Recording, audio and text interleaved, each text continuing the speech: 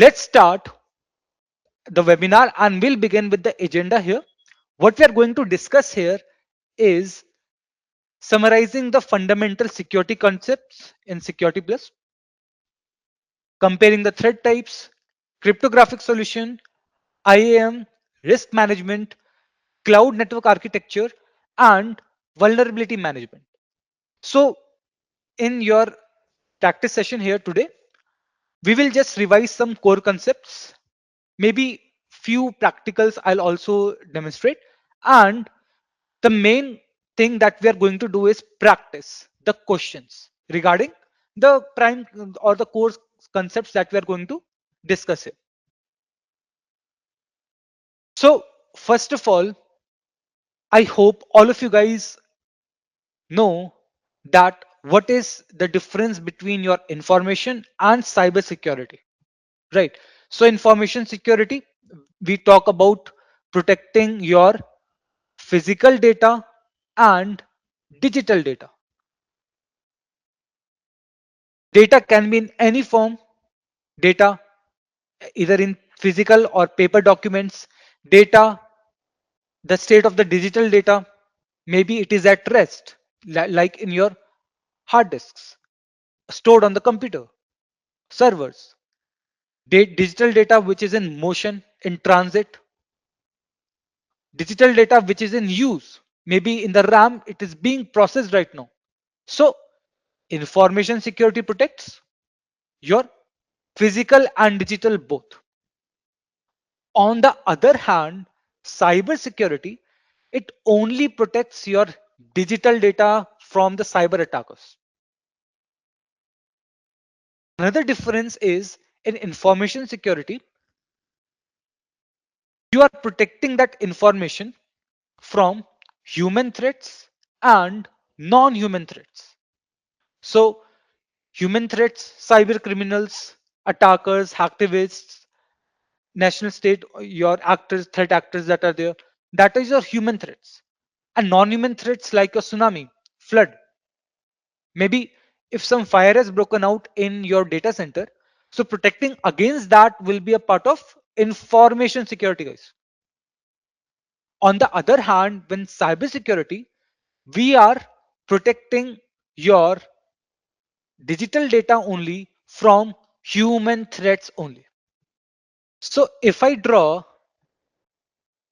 information security, it is protecting your physical and your digital data. And cyber security is a subset of information security which is only dealing with the digital data. Then next, what we have is in information security, guys, we are having three pillars, that is your confidentiality, integrity, and availability. So confidentiality refers to protecting information from unauthorized access, right? Like a bank will be encrypting your customer data so that even if hacker gain access, they will not be able to read that information without the decryption key. So how we can protect our information? Through encryption, through access control, MFA, role based access. That is your confidentiality. Integrity ensures, or it means that the data have not been accidentally altered or modified by an unauthorized user. So data remains accurate, data remains complete, unaltered throughout the life cycle. It shouldn't be that there is any unauthorized modification or corruption of information that is done by any attacker here. And how we protect our integrity? Through hashing, guys. So let us see a practical of this integrity. Okay, and all of you guys will perform it with me. So in this case, let us assume how this integrity is going to work. So in the normal scenario, what we are doing is assume that we are trying to send a data which is hello, and we are going to send the data along with the hash. So hash is a summary of this particular message. That is hash. So how we can calculate it? Let me just go to one site.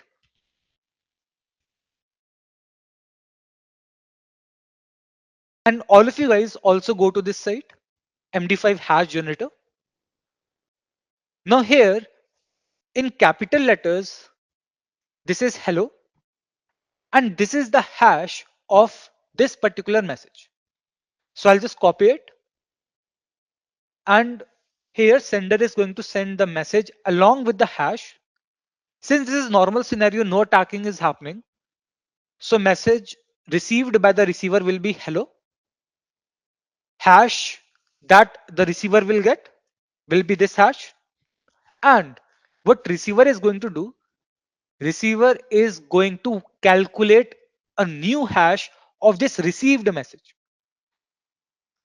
So hash is having a very unique property that it is non-reversible, and for a particular message, hash will always be fixed.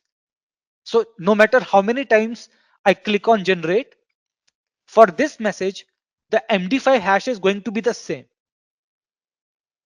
So what will happen here is receiver once again calculate the hash, and since both the hashes are same, it means that integrity pillar is protected.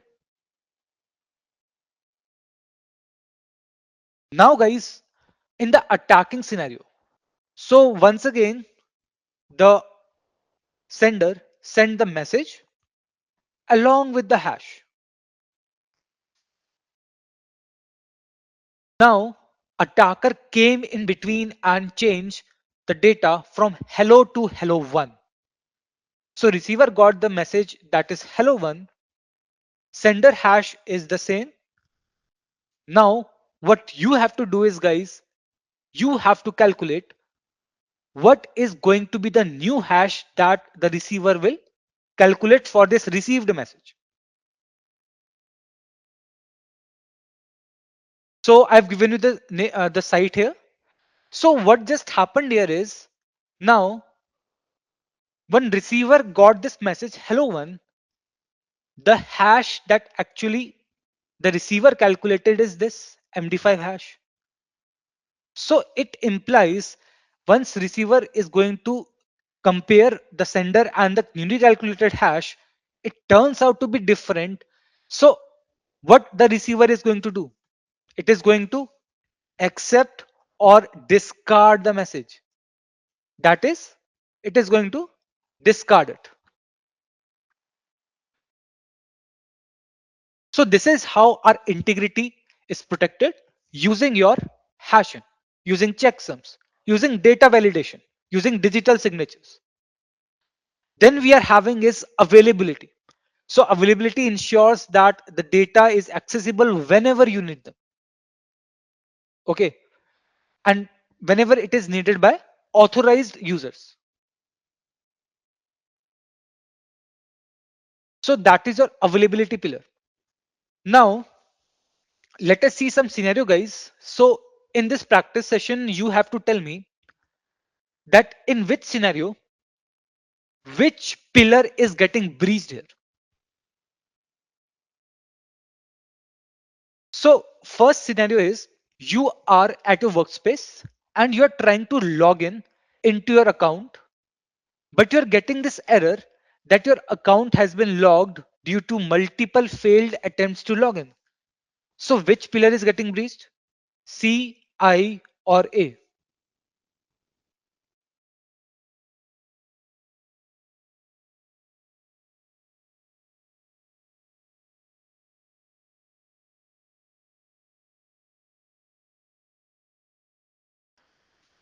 Okay, guys. So I'm seeing that there is a confusion between availability and confidentiality. Now, confidentiality, what it's standard for, that no unauthorized user should be able to access the account's data of this user. Now, guys, if the account is logged, authorized user also cannot access the account and all the details, and unauthorized user like your cyber attackers they cannot also access the account and access the details of this user. So guys, tell me, is confidentiality the correct answer here?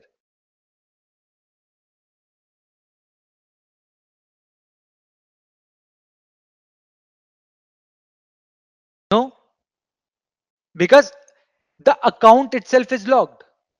So authorized and unauthorized, no one is able to access the account. So confidentiality is not, no disclosure is happening.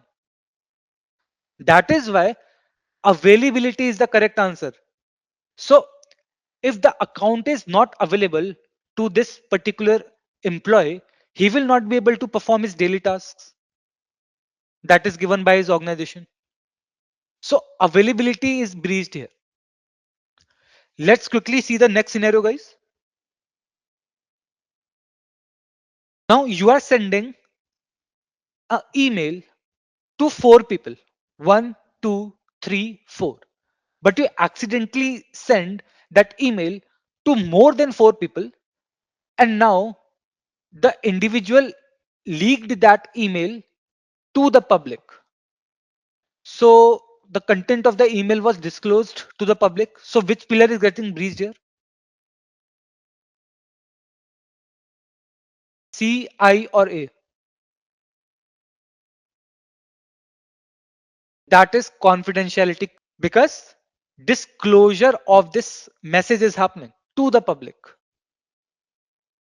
Then the next one, you are at your workspace and you saw data verification alarm generated because some attacker here altered the data in the server. So which pillar is getting breached in this case?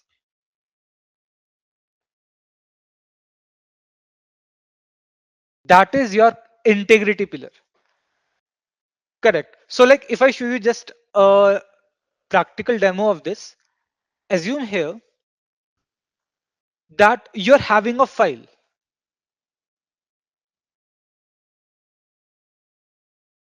okay, which is having hello. Now what I'm going to do, I'm going to calculate the hash of this file.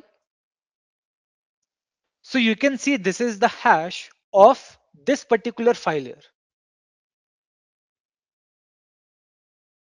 Let me just zoom. And after this, what if, let us say, attacker tries to alter this particular file?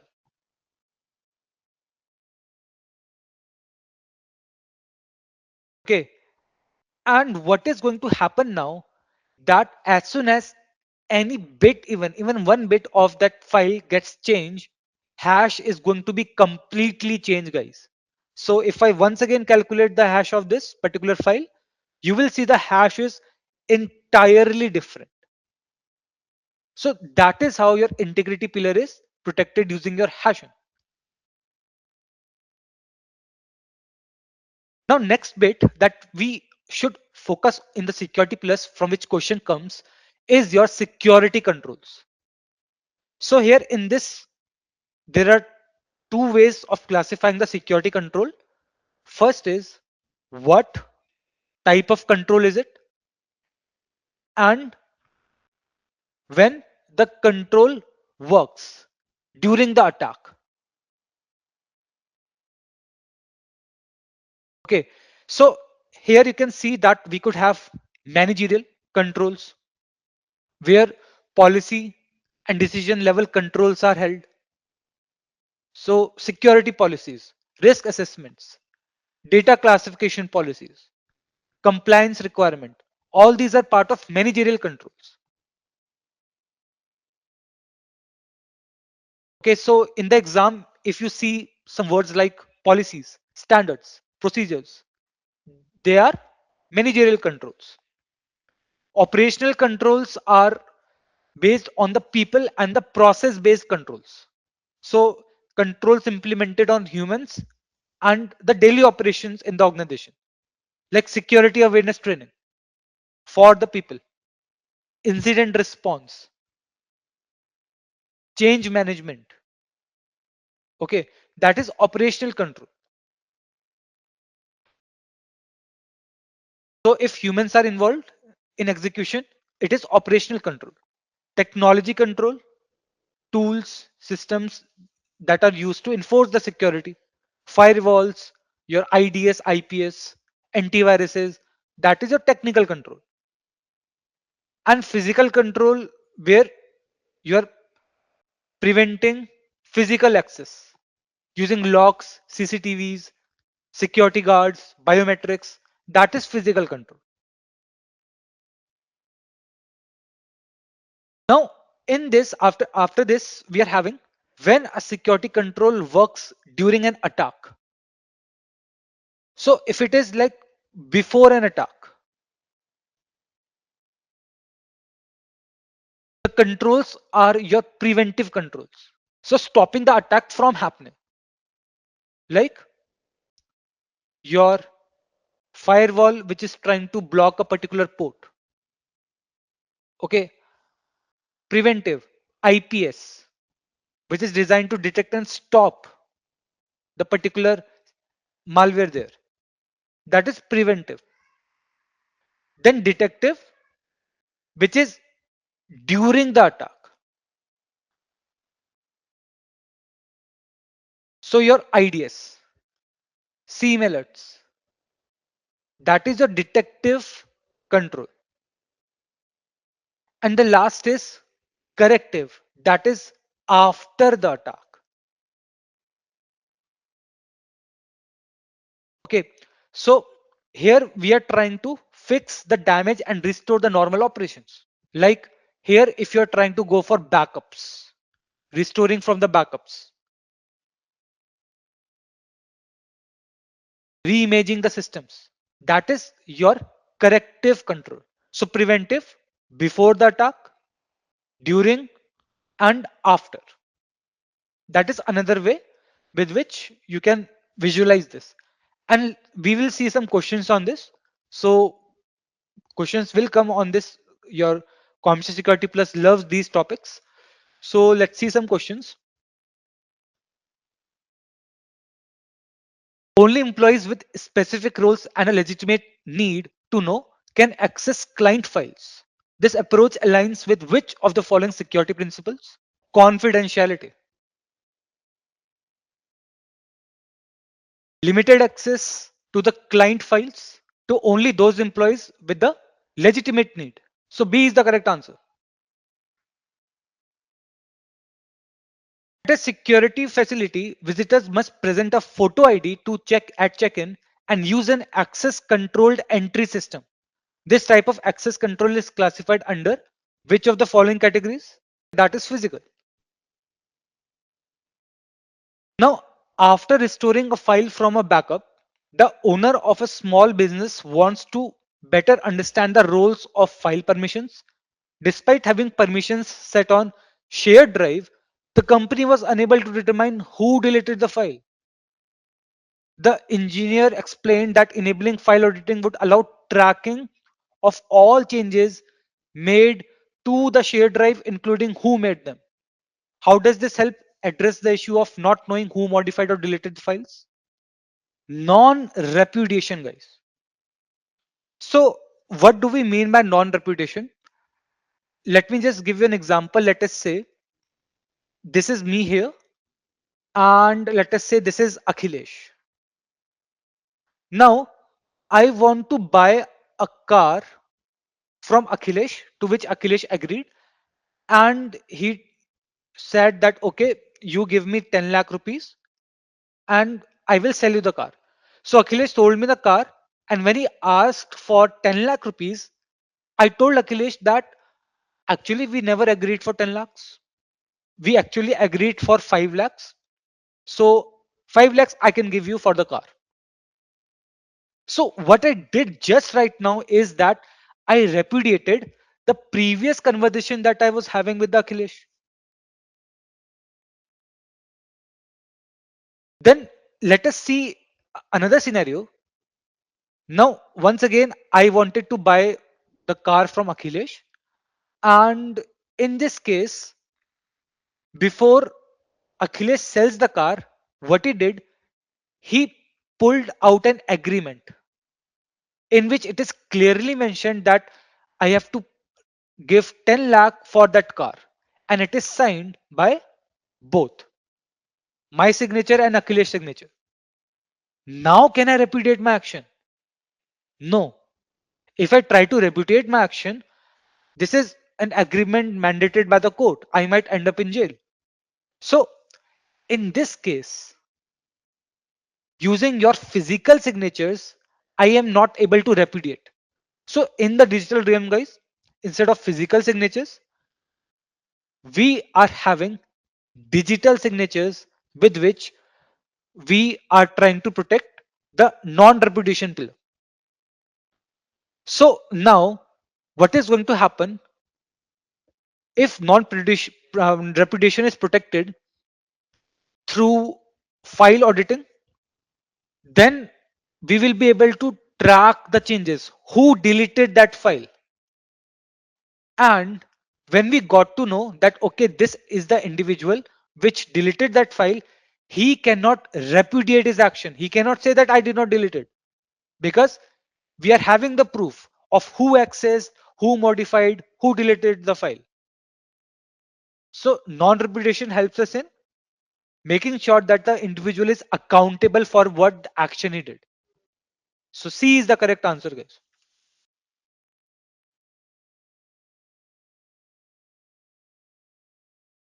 Now we are having here is vulnerability, threat, and risk. So vulnerability is the weakness in the system, the flaw in the system.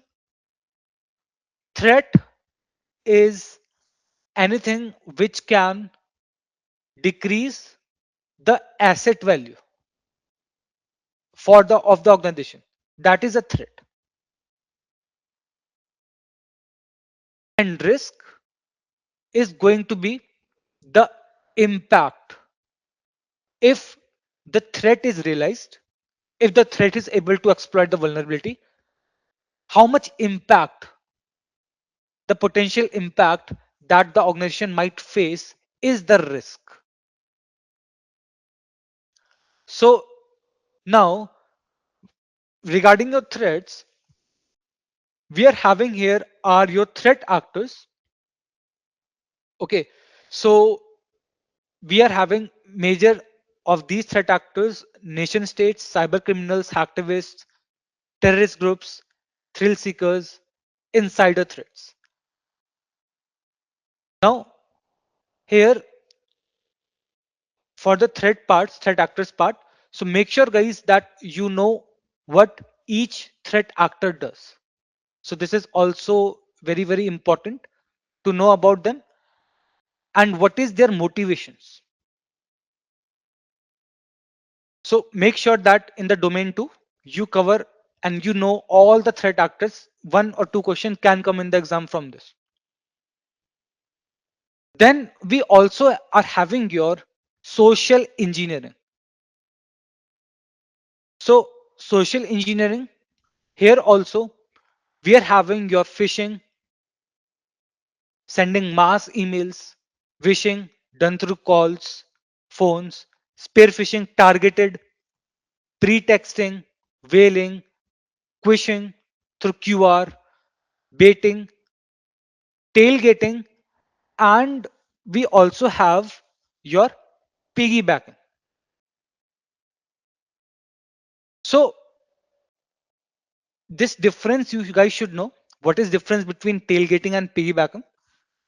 Now, in tailgating, what you're doing is, if this is a region, if this is a door, so what you're actually doing in tailgating, you are just tailing somebody in such a manner that that particular authorized individual is not knowing that someone is tailing him. So that is your tailgating. Like, let me just show you one image here. How to protect against tailgating. So we are having this turnstiles. Now you guys would have seen this turnstiles in the metro stations. So this can prevent an unauthorized user tailing you, because what is going to happen here? As soon as you go across this, the bar goes down, and as soon as you go across this, the bar will then lift up. So unauthorized individual will not be able to tailgate you to the secure region or authorized region here. Now, when I say piggybacking, okay, so in piggybacking, what is actually happening that here in piggybacking, this unauthorized individual might try to interact with you and try to spun up some kind of story, try to social engineer you. So in piggybacking, the unauthorized individual may say that actually today I forget my smart card. So can you please allow me to access the authorized region there? That is piggybacking. So piggybacking, you can see that here authorized individual is piggybacking somebody. He's carrying his on his back because he got fooled by the story that the particular attacker spun.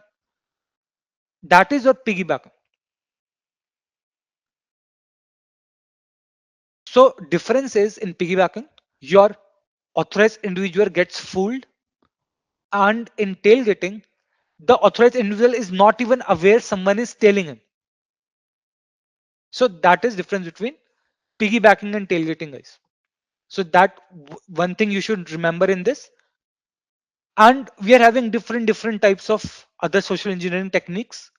In your domain 2, you will find water rolling attack, smishing, scareware, and farming techniques. So make sure you know what is the difference, exact difference between all these techniques. Now let us see some questions regarding this. So here a bad actor tries to persuade someone to provide financial information over the phone in order to access to the funds. Which of the following types of attack does this scenario describe?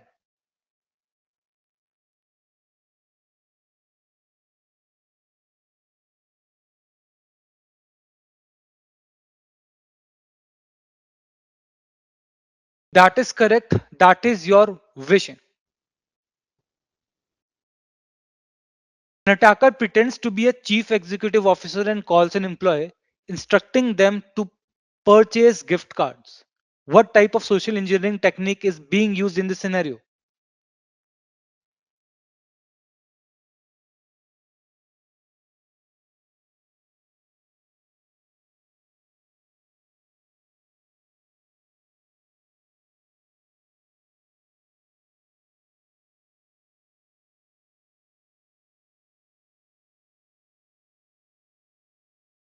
Yes, impersonating is true, but it is too broad.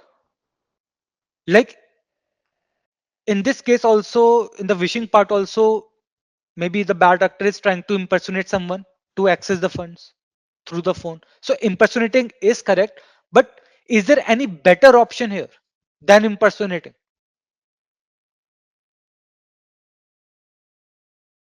A more specific answer to this situation that is happening here.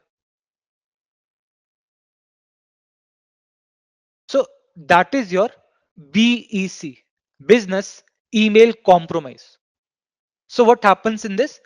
In this, the attacker tries to impersonate, tries to manipulate someone into making some financial transaction or sharing some sensitive information.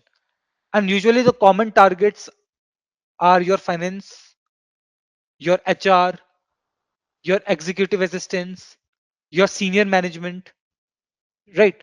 That is your BEC, business email compromise.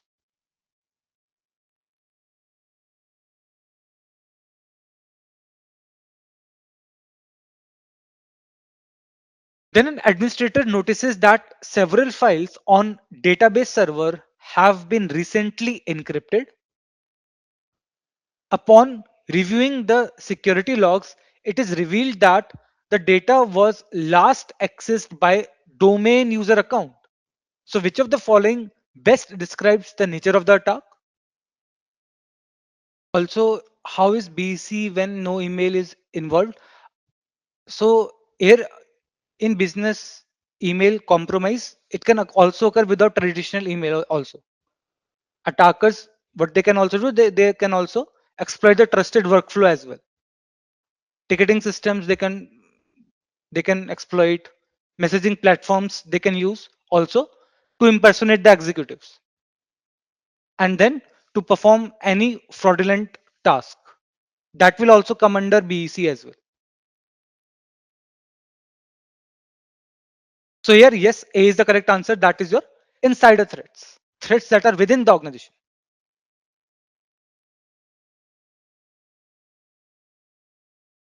Then after this is also important in your cryptographic solutions. That is your PKI. Okay. Now, before we go to the PKI, let me just show you one practical how the phishing can be done. So with this, keeping this in mind, you can go to the domain 2 once again, and you will be able to make more curiosity out how these attacks happens. So in the phishing, what we are trying to do here is we are trying to send uh, maybe a fake page, a fake login page. Maybe we can try to do that. So in this practical, what I'm going to do, I'm trying to create a fake login page of a particular social media, like let us say Instagram, and it would be like a clone of that fake login of that Instagram only. And then what attacker will do, once attacker will send that, and if the victim wrote some information there, maybe username, passwords, attacker will be able to get that sensitive information. So here, like if I show you, this is a tool that is your 𝗏𝗍.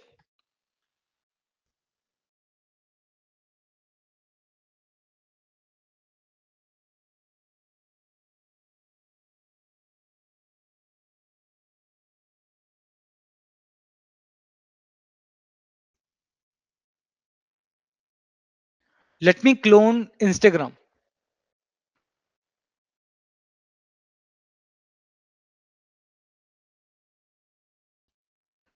So if you see, this is how your Instagram looks like, the login page of that.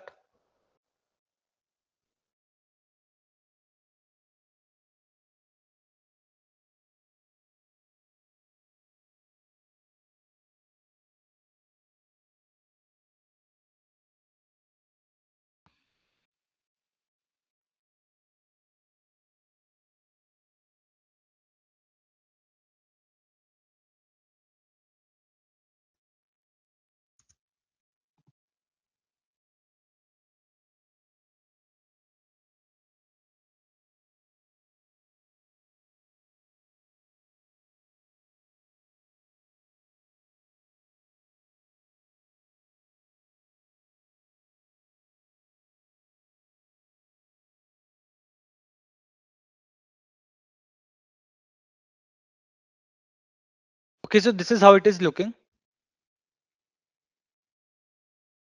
And we are having different tools like 𝗏𝗍 is there, 69 Fisher. Your in your Security Plus, we are having also set toolkit. Okay, so using these tools, like you can see that this 𝗏𝗍 tool has created this phishing link, and here, if I just paste it, so you can visualize this, guys, that it looks very similar to a traditional login page of Instagram. So like I'm writing my name and I'm going to click on login, and you will see, guys, that here I as an attacker am able to get to know what you wrote in the input field, your username and your password field there. So someone wrote prab and prab 123, right? So this is how your attackers actually steal the information through the phishing link. If you get tricked into writing that information in that fake login page of the website. And moreover, after this, guys, you would have also noticed that you get redirected to the actual website as well. Actual Instagram website, you guys would have been redirected to. Yes, Dhananjay, there is a masking option also. So right now, Dhananjay, you can visualize it by the link that you can clearly just tell that this is a phishing link, isn't it? So we can also try to mask. And there are much more powerful tools here, like your GoFish or EvilGenX, with which you can even launch a whole phishing campaign. Okay. So this was just one practical. If you want to perform it, just search how to perform it using Zfisher, and it is very very simple to perform in your Linux or Kali machine. So keeping this in mind, now go with the domain 2 and you will be able to make more sense how these things are happening. Now let's move to the second one, that is your public key infrastructure. Yes, Sam, Kali Linux is needed for that. Or you can do also in Linux, also Ubuntu, also you can perform. Okay. Now after this, we will be seeing your public key infrastructure. So here, all of you should be knowing how your PKI works. Okay. Here, what you're having is, first of all, this is you. So what you do here is that you are going to create your key pair, okay, your public key and your private key. Now you actually create a CSR, that is certificate signing request. So this is your CSR that you create, and you use your private key to create this CSR. This CSR will be containing your public key, your identity, your information. This will be containing. Now this CSR request is sent to registration authority. So what registration authority does? It is going to verify the information is correct or not. Once that information is correct, the request is okay. Then this request goes to the CA. So CA is your certificate authority, like your DigiCert. Okay, so you guys already know about this. If you go to any particular website like Amazon.in, so here in the logpad option, you will see that this is your digital certificate. So this particular website is trustable because here the third party, the CA, which is DigiCert, we are trusting this authority here, CA here. Okay, so this digital certificate, if it is digitally signed by a trustable authority, it implies that the website that right now I'm in right now, it is genuinely Amazon.in.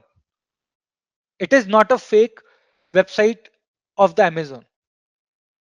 So that is your digital certificate. Now what happens here? The request goes to your CA.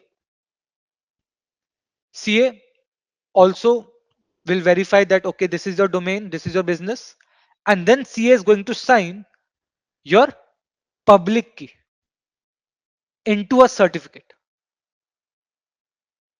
Now that particular digital certificate, so what you are going to do, you are going to put that digital certificate or attach that digital certificate in your web server. Now anytime any user visits your website, Your web server is going to first send digital certificate. Okay, now the user will know, okay, that the website is trustable, since this is digital certificate which is signed by a third party, which is CA. And this is how your PKI works.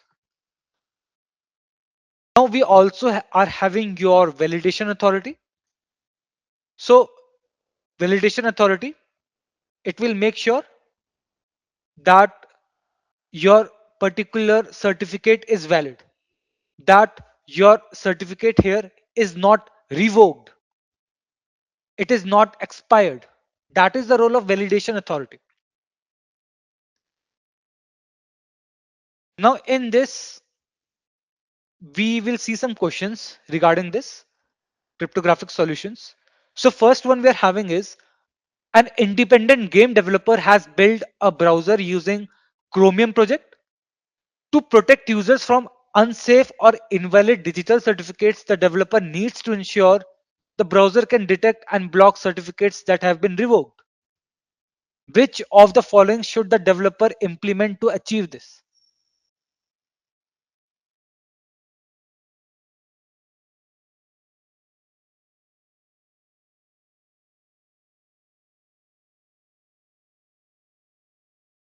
That is your ACRL, certificate revocation list.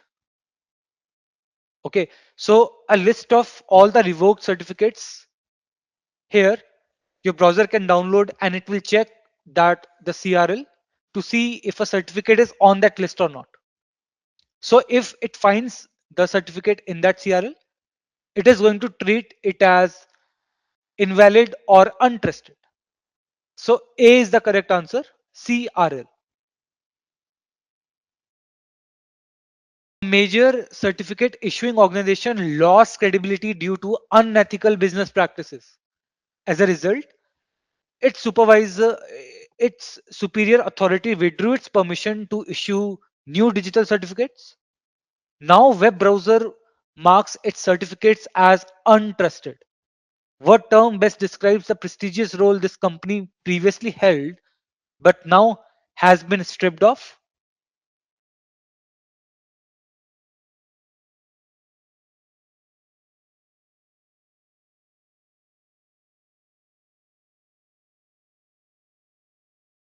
Okay, so C is the correct answer.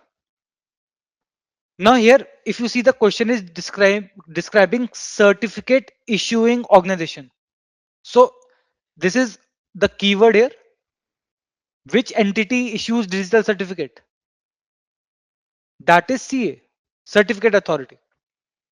So let me just show you. If you just in your search, if you write here cert manager dot msc,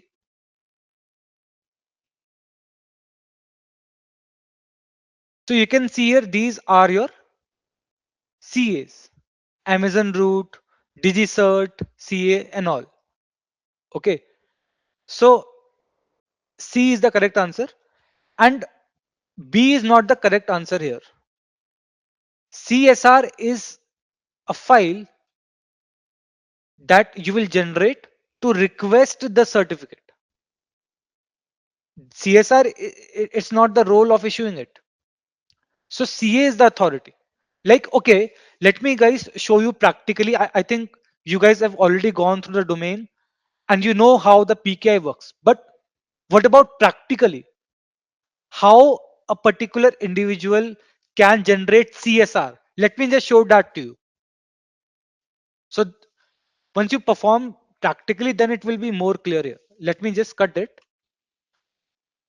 and let me first of all create your public key and private key. Okay, so what I'm going to do is, let me just create a directory,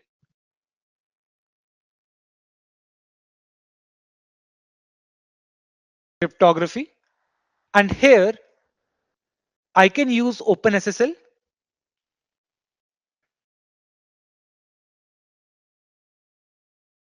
to create a CSR, .csr guys. So once I press enter here, I'm using RSA algorithm to create public key, private key. And this is the information I'm going to fill.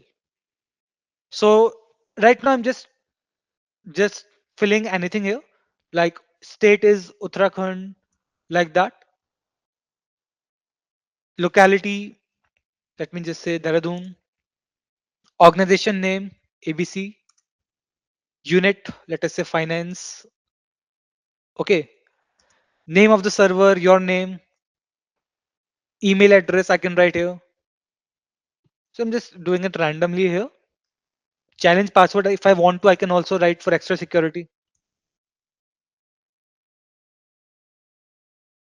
Now, if I do ls here, you will see that what I have done is I've done two things. If I do cat key.temp, so this is my private key. Now, will I share the private key to anyone? No, I will never share this private key. Another one that I got here is cert.csr. So if I just show you cert.csr, so this is actually my certificate request. And what this certificate request is containing, guys? What I told you previously, it is containing your public key. It is containing the information that I'm writing. Okay. Now, once this CSR you send to the RA, RA is going to check whether your request is valid or not. So the information that you wrote when you were filling this, all the information, RA is going to check whether your domain is it actually owned by you or not. The information that you're typing here, is it actually valid or not? So that is the role of RA.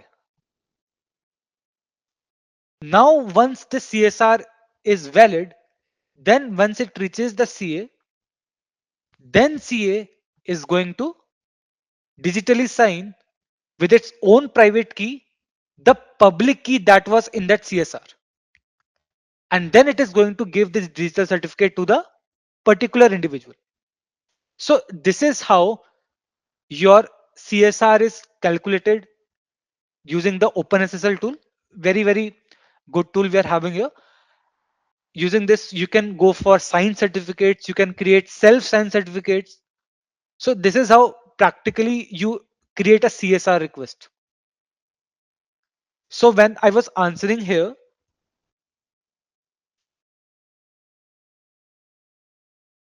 in this, CSR is not the correct answer. We are talking about an authority here. CSR is a request. So C is the correct answer, guys.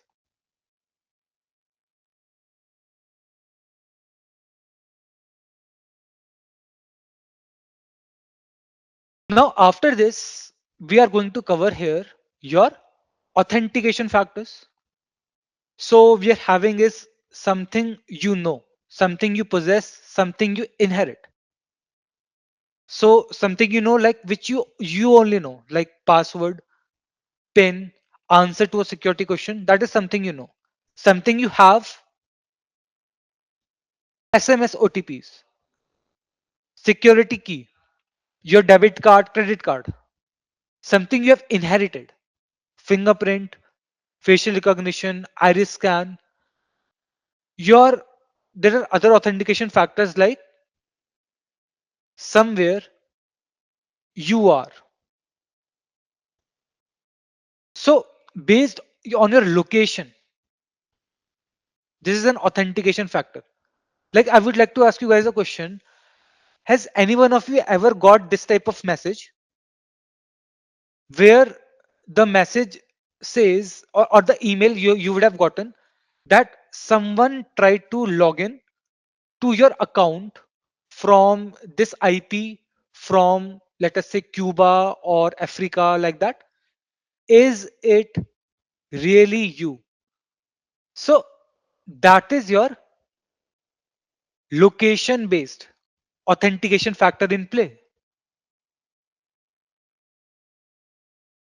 We are having your inherent your also another factor, that is time based factor. So you're able to log in from 9 to 5. That is time based factor.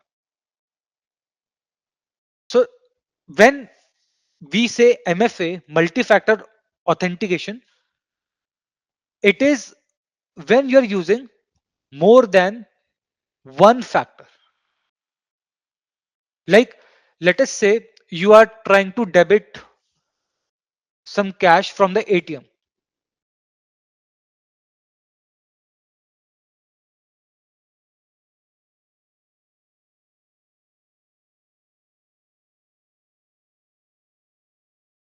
Will it be MFA? You're having your debit card. That is something you only possess. So one factor is there. Another factor is that you also need to know the PIN card. That is something you only know. So since there are two factors or more than one factor involved, it is your MFA. And here under your biometric authentication, so we are having these three terms which you should know. That is your FRR, FAR, and CER. Okay. So first is your FAR, false acceptance rate, meaning the percentage of times the system is going to incorrectly accept an unauthorized user as a authorized user. Like, assume that if let us say FAR rate is let us say 1%. So what it means that 1 out of 100 imposters is wrongly granted the access. 100 wrong attempts were made, incorrect attempts were made, out of which one incorrect attempt was actually granted the access. That is false acceptance rate. We have FRR, false rejection rate. So the percentage in which the system incorrectly rejects a legitimate user is FRR. Like, you might have seen sometimes your phone, if you are having that face authentication on, sometimes your face is not recognized by your phone, maybe because of due to poor lighting, due to different other reasons. So assume if let us say FRR rate is 2%. What it means, if you try 100 times and you are a legitimate user, you should be able to get access 100 times. But if FRR rate is 2%, it means that out of 100 legitimate attempts, 2 legitimate attempts will be invalid, will be rejected. That is FRR. Now what we actually do here is we use this CER, cross error rate. So this is going to reflect your overall accuracy. Lower the CER, better the system. Okay. So this is your FAR, this is your FRR, and intersection of that is CER. Much more lower, the better the system is going to be.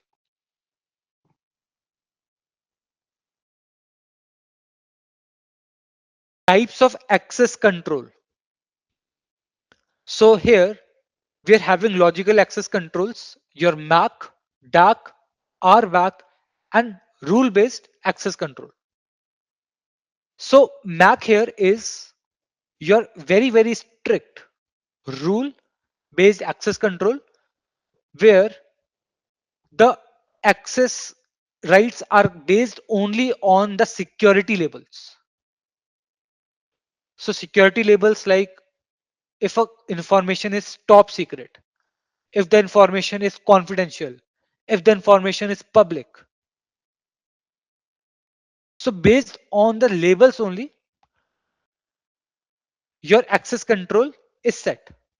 And this type of mandatory access control is used in very, very strict environments like in military or in highly uh, strict government environments. It can be used. So here MAC is based on clearance level, okay, based on the levels. And here users, they cannot change the permissions here. Another is dark, which is, you can say, a complete opposite of MAC. And this is like the most flexible model we are having, where the owner of the resource can decide who will get access and what level of access others can get. So the dark system is, you will find it in your Windows systems, in your Linux systems, when you are trying to share a particular file. So you can see here, like if I just, if I'm just having one file here, like the security plus notes. Now, if I right click here under properties, so the owner of this file can designate that, okay, this user will be allowed full access, read access, write access, full control on this file. Or I can also designate that maybe this user here or this user here will only be able to read. So that is your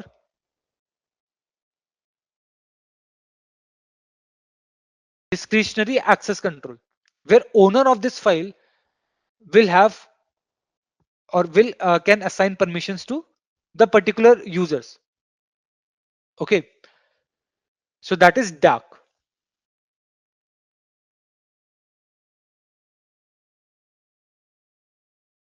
Then afterwards, we also are having your role based access control.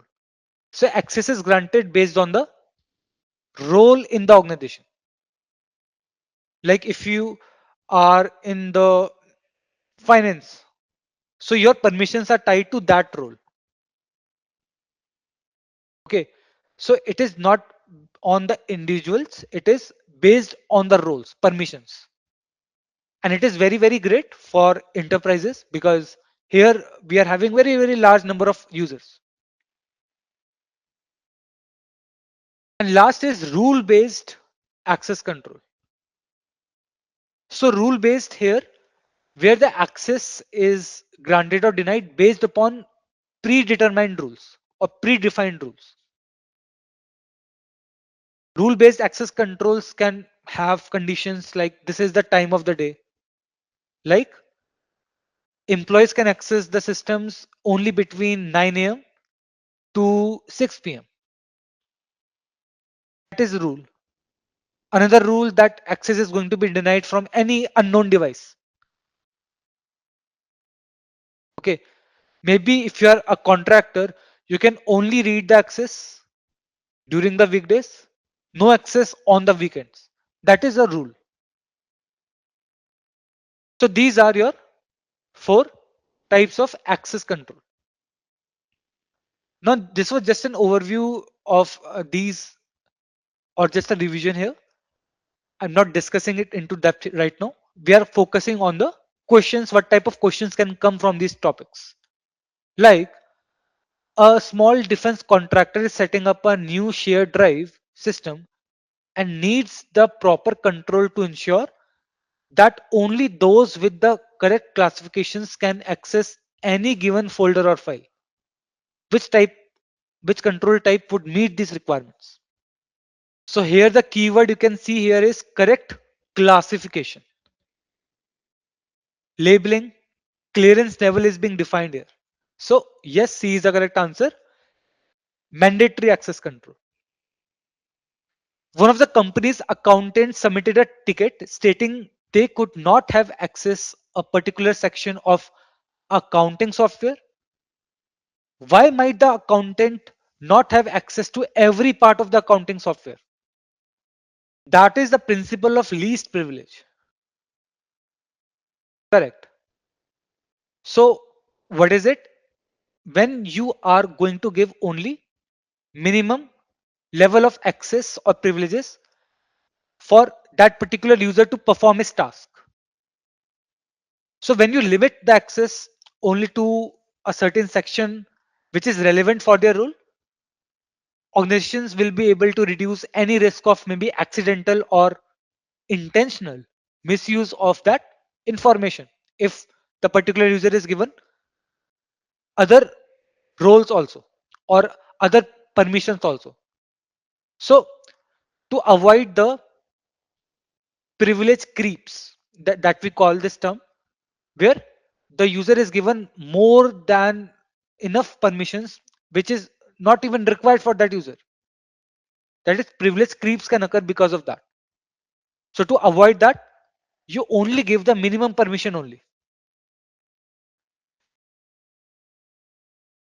In a corporate MFA setup using TOTP based apps like Google Authenticator, which security principle is being primarily applied by using time based OTPs. When you will be seeing your Google Authenticator, you will actually see that here we are having time based entropy. C is the correct answer here. So what it does, here we are adding time as a factor. You will see that in your Google Authenticator, every 30 to 60 seconds, your PIN code, your code is going to change or it is going to expire every 30 seconds. So this makes this makes it resistant to any type of any replay attacks that can be done by the attackers, because your code is only valid for around 30 to 60 seconds only. Then a new code will be generated by the Google Authenticator. So C is the correct answer. Time based entropy. Now after this, the next topic, which also Security Plus loves to ask questions, that is your risk treatment. So in the risk management, yes, we can identify the risk, we can assess the risk, and at the end we are going to treat that risk. So how we treat that risk? There are four ways here, like your avoidance, transference, acceptance, and mitigation. So avoidance means the practice of coming up with an alternative so that the risk in question is not realized. Business decision, it is not a security practice. Like, let us say your software is having some vulnerability. So one way to completely avoid the risk is by discontinuing the use of that software. So that is one way to treat the risk. That is risk avoidance. Then risk transference. Here, practice of passing the risk in question to another entity. Like if you're having a car, guys. So what you're doing, you are regularly paying some premium every year to the insurance company. You're having a car insurance. And in exchange of that premium, the insurance company, it is going to agree that based upon your coverage policy, that if your particular car is stolen or if some damage is done to your car, if some accident happens, so you can claim with your insurance company, and insurance company is going to handle the financial aspect of that claim. They are going to pay the repair, for the repair, medical expenses. They are going to cover the cost and the losses depending upon what type of policy you are having. So that is risk transference. You transfer the risk to insurance company. Yes, so we also have cyber insurance, correct, in the organizations also. And there is one more, that is your as is clause in the disclaimer. Okay, when you're trying to install a particular software, how many of you, when you're installing a software, you read the terms and condition before clicking on the accept button? I don't think any of us are diligently reading the whole terms and conditions that are there. Now, what is happening here is that maybe under your terms and conditions, your EULA, end users license agreement, you're having this clause which is as is clause. Okay, so what it means, when you click on accept, you are installing that software as it is. Like, let us say you install the software in your laptop, and the software was having some vulnerability which attacker exploited, and attacker was able to steal some information from your system because of that. So can you later down the line say that, or you can go to the court saying that this happened because of this particular publisher? You cannot do that, because you clicked on this accept button, you accepted that you're installing the software as it is. The risk was transferred to you when you install that software. So that is a risk transference, guys. Risk acceptance, practice of accepting certain risks based upon business decision that weighs the cost versus benefit of the risk. Okay, so what I mean by that, assume here there is a legacy system, and this legacy system is very critical to the business operations. Now this system is having some vulnerability, some low level vulnerability, and the impact that we are having every year is, let us say, 5,000 rupees. Now, if you implement some security control on this system, now the cost of implementing the security system or security control every year is, let us say, 10,000 rupees. So what do you think here?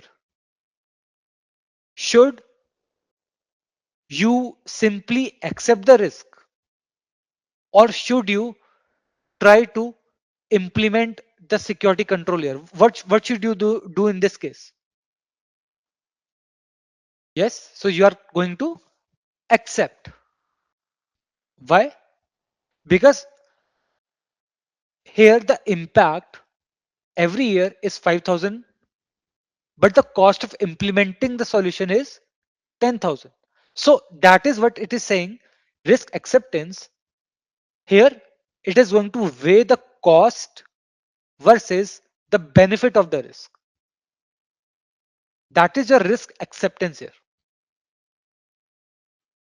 Now, risk mitigation is the decrease in the level of risk presented through implementation of controls. So, risk mitigation, you can say, risk reduction, you can say. If you implement IDS solutions, your firewalls, antivirus, anti-malware, EDR solutions, that is example of risk mitigation. Yes, yes, correct. So, Mahesh, first, what we are going to do is, first we are going for the risk mitigation. We will try to implement some controls. After that, we will try to go for the acceptance. If the risk is tolerable, then we can also accept the risk as well. So let's see some questions on this topic. Then it will be more clear what types of question we can have here. The first one is, what is the most feasible risk response when the cost of anti-malware exceeds the damage probability of a computer virus?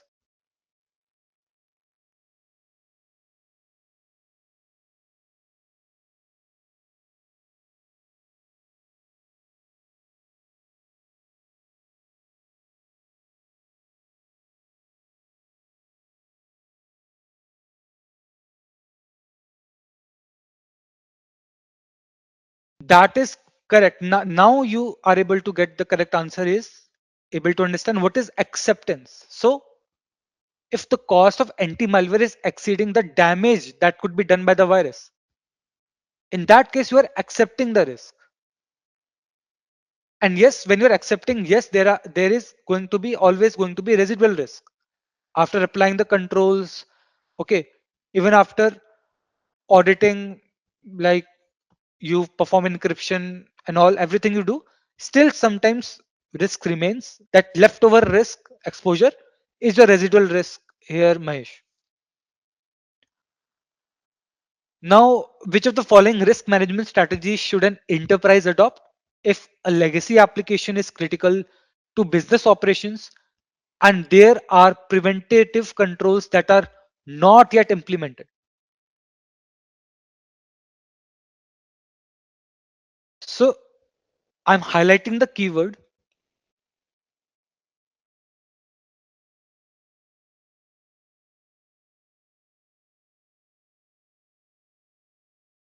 See, yes, legacy application is very, very critical. So even if it is having some risk here, we cannot avoid it because it is critical. We cannot completely shut down that application. We can accept, yes, but before we accept, it is written that controls are not implemented right now. So first we will try to reduce the risk using the controls. So the first thing that you will go for is A, risk mitigation.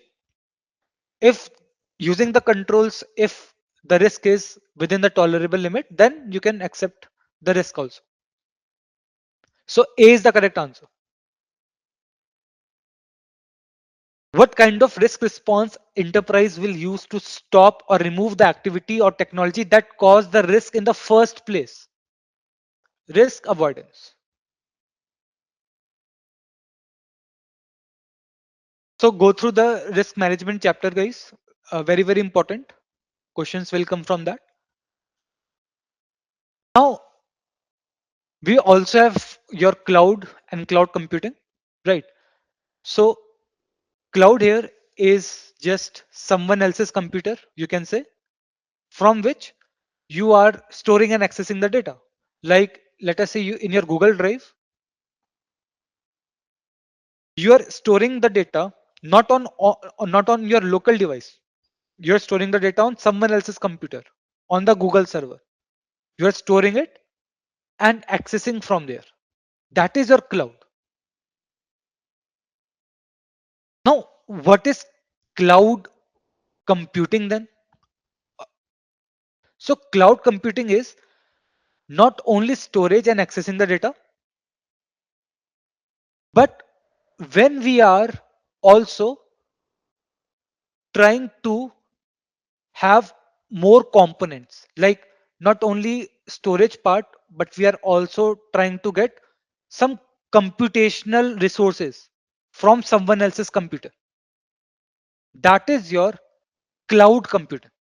So cloud computing is a much broader term. Okay, so like let me just show it to you with a example. So here you can see I'm having this account and this is a CSP, cloud service provider. Now here, when I say cloud computing, so not only the storage like via your S3 buckets, you can, you are getting scalable storage in the cloud. So on someone else's computer, like if you see here, I'm having in Asia or Seoul, North Virginia. So these are all the data centers of AWS. And there I'm going to store my data. and then access the data. That is cloud. I'm renting that computer here. Now, cloud computing, when I say, so not only for storage, but I am going to also use computational resources from that computer. That is maybe in one of the data centers of this AWS. So like I can make that computer a web server using EC2 instance. I can create virtual servers on the cloud. I can deploy your web applications using Elastic Beanstalk. If I want to, I can also create a database on someone else's computer. I can use RDS, relational database service. I can use different services. So that is your cloud computing. Not only you are storing some data like your Google Drive and all, you're also using that computer for computational performance also. Okay. Now in this here, we are going to discuss this topic with which some questions will be coming. So these are the deployment models we call it, like public, private, hybrid, community, and multi-cloud.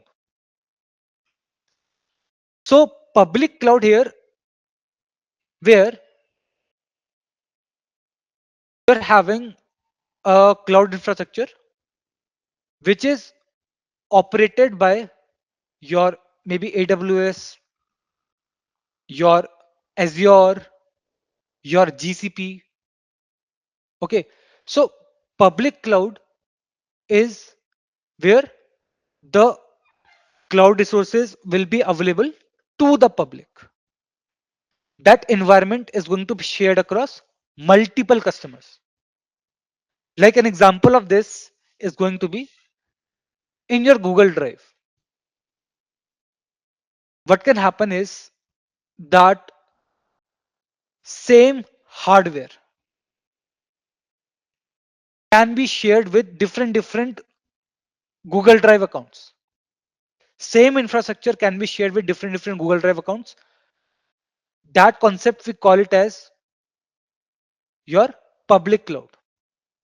And that model we call it as multi-tenant model. That is a core feature of public cloud.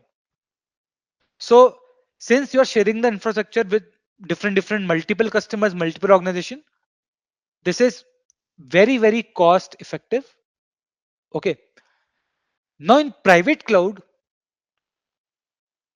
the cloud infrastructure is not shared with multiple customers. It is exclusively for one customer. That is your private cloud. So if you need much more control over security, maybe in finance sectors or in government sectors, you are going to go for private cloud. Okay. Like maybe a bank is there. So it will be hosting some internal applications, customer data in the private cloud. So that only that bank is able to access that infrastructure. Now, nowadays we are having hybrid. So hybrid is a combination of both public plus private. Public cloud, like let us say you are going to deploy a public web application, and private, so the customer transaction records, customer finance information, that is going to be kept in the private cloud. So hybrid is combines both public and private environment.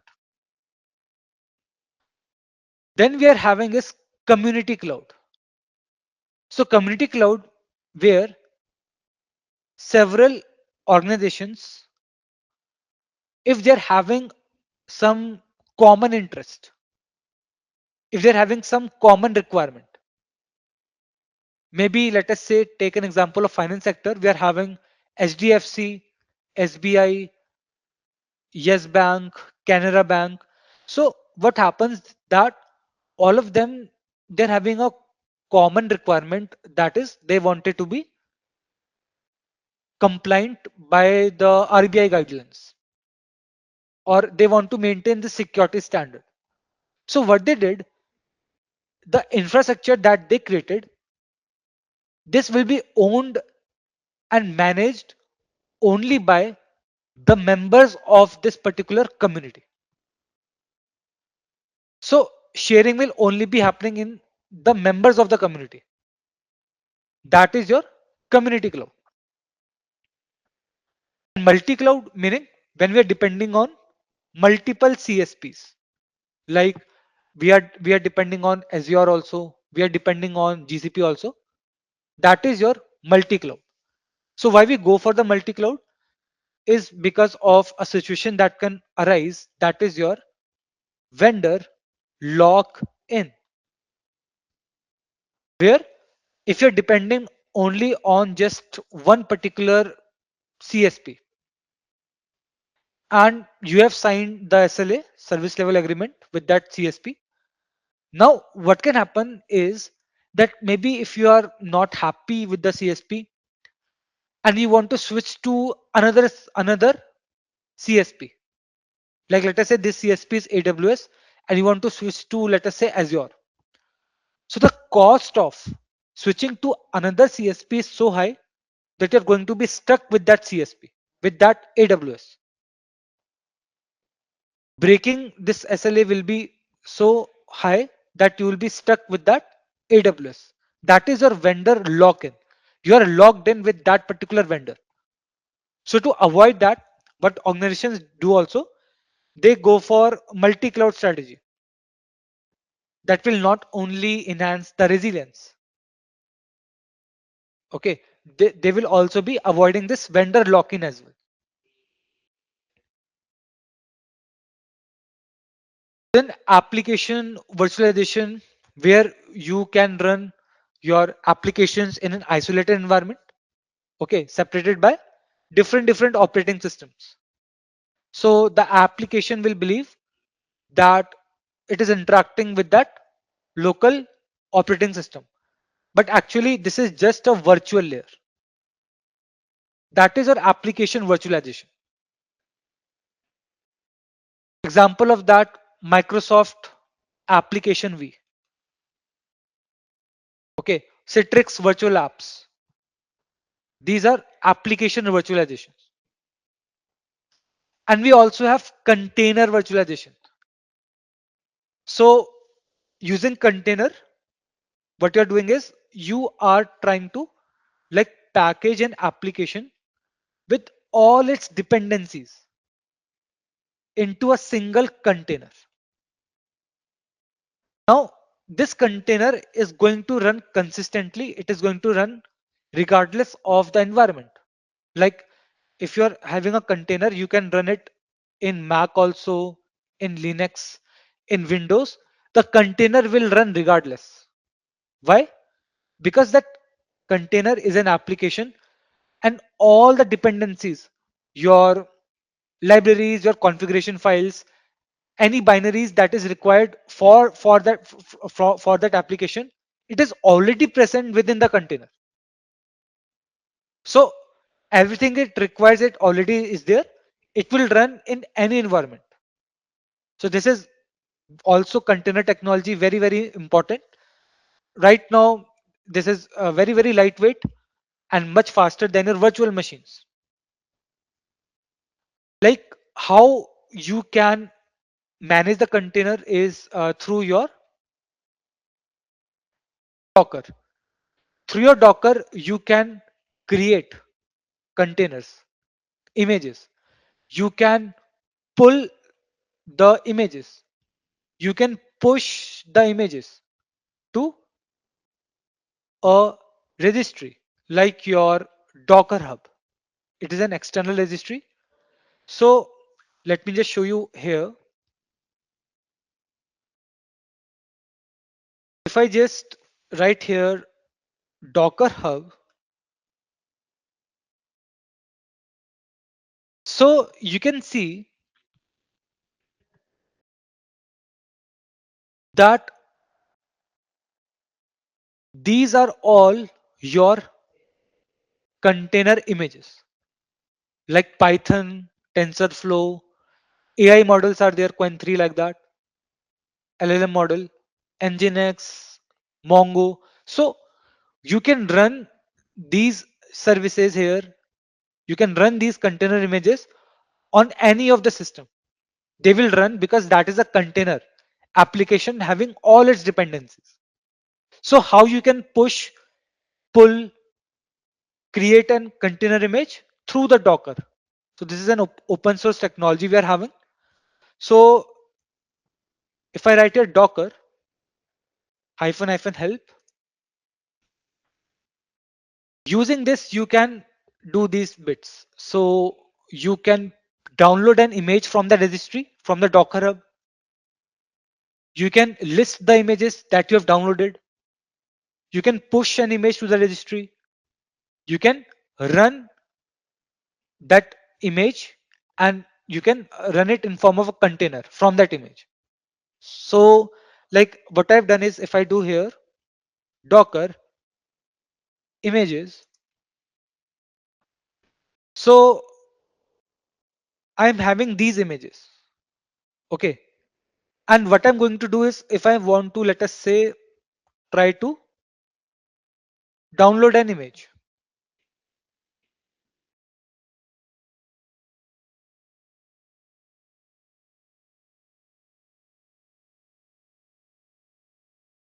Let us say I'm trying to download an application, web application, DVWA. So here you can see that they have given here this particular line where I can simply copy this and I'm going to paste it here. Okay. So using the Docker technology, I'm going to run it. And if you'll see here, so okay, let me just remove this. Now you can see that right now I have not downloaded the image, I have not pulled the image. So first thing what you will see here is happening, the Docker is going to pull that DVWA image. Once it pulls that image, it is going to run that particular container. Okay. So once it is running on my port 80, you will see that container running.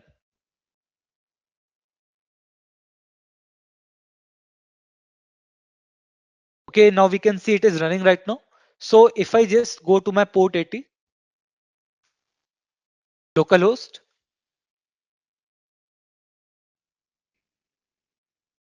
okay, it is taking some time here for me. So let's leave it at that. Till then, let us see some MCQs till it runs. So the first question here is, a company plans to retire its physical servers and adopt a new architecture that minimizes infrastructure requirements and streamlines deployment. Which approach best supports this goal?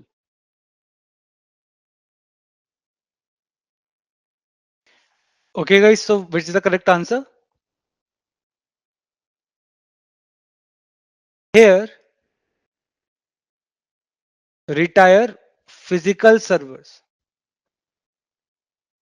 minimize the infrastructure requirements. So, no heavy infrastructure, fast and consistent deployment, and you're going to replace the physical server here. Instead of maintaining hardware, what we are going to do is we are going to deploy containers. B is the correct answer.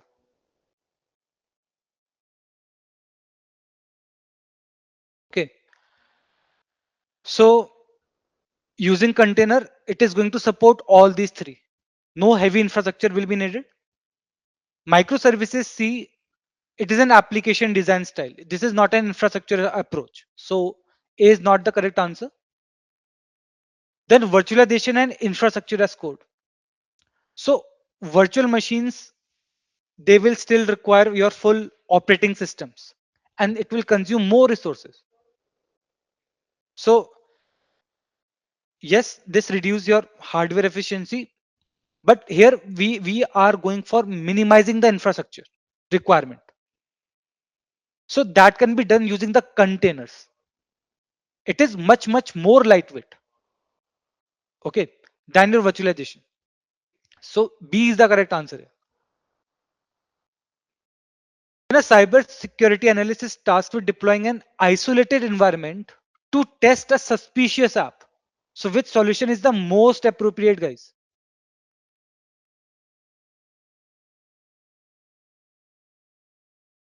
Yes, so correct everyone, that is B, application virtualization. And now my DVWA app is also running. So I just wanted to convey this. Here you can see that this is a container and this is my DVWA app that is running on this Linux here, Kali Linux. And why this is a container? So here you can see that this DVW app, a container is having this app along all its dependencies. They are within that container. So this is much more lightweight and will run, this container can run in any environment, whether it is Mac, Linux, any distribution of Linux, Windows like that. Now, virtualization is here. These are your guest operating machines that you can visualize here. So these are running on top of your hypervisor. This is a type 2 hypervisor here. So this is your virtualization. Okay. Now here in this one, we are trying to deploy isolated environment to test a suspicious app. So B is the correct answer. Your application virtualization. Now after this, let's quickly just visualize it, that some of the topics that you need to know.